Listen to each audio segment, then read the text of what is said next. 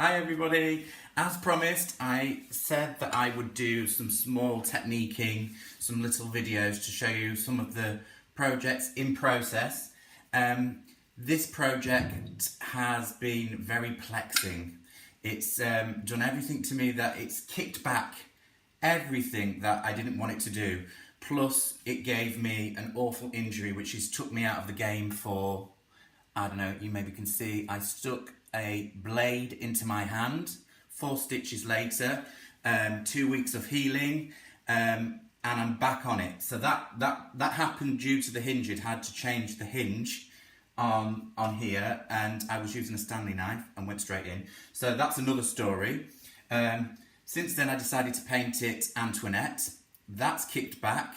I've had, you won't see on the camera because it's a very pale colour, but this is 2 coats and I've had some bleed coming through, which if you want a flat colour is very annoying. I haven't chosen to seal it with anything. I'm just going to go with it and make it into, fashion it into the piece.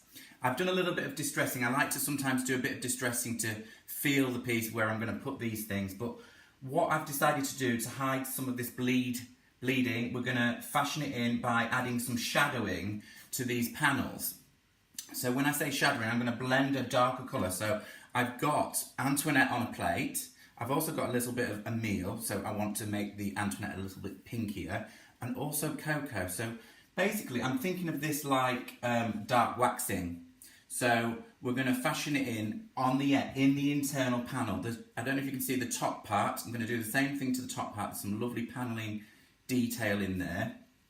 So all I'm going to do is I've got a little mister, little plant mister, and again this will create watermarks on your piece. Not everybody would do it this way, but because I want this to be rough and raw, I'm just going to mist the piece to add some moisture, activate the paint, bring it back to life, and I'm also going to mist the plate to keep these colours sort of more fluid. So we're going to pick up some of the tones, a bit of Antoinette. I'm going to mix them all in. See, I'm mixing it like a palette, an artist palette. I think I want it to be more cocoa-y, so it's a bit like dark waxing. And all I'm going to do is I'm going to go in there, and it looks criminal. I'm just going to go around the edge.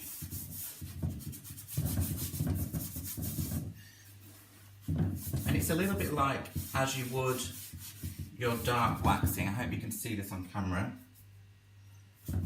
Don't be frightened of it, just get in there. Because I've added a little bit of moisture, I'll be able to soften this back out in a minute. Maybe a bit more meal down here.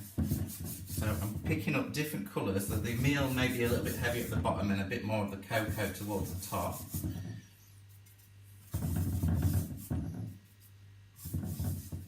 Which I think looks quite nice. So that adds sort of another layer of depth. A bit more cocoa up here. Right up into there. And then I'm gonna, let me grab my tin of Antoinette. So this is the brush from earlier with my Antoinette on. I'm just gonna soften through the middle, any what way. I hope you can see I'm not getting in the way. So I'm playing with the colours on the piece rather than mixing them off the piece. I'm mixing them on the piece, so it's just adding that little bit of depth.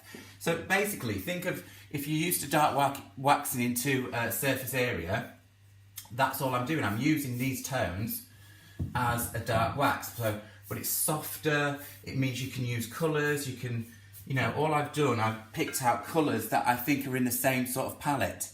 So have a play with that. Obviously, this piece is going to have a lot more techniquing on it. There's a hidden technique that I'm going to use. I'm going to release that soon enough. It's something new that nobody's seen, but you might see it on the piece. It's a little bit like my fly speck thing that I like to do. Well, not mine, but that technique that I like to do. But hopefully you'll see it on the end results of these pictures. Drop me a message if anything that you want to know. I hope everyone's enjoying their painting techniques, and I hope you can see this quite well on the camera. Can you see the difference of the two? So it's just about shading. It gives your piece more dimension. So keep an eye out. Hopefully this piece won't cause me any more trouble.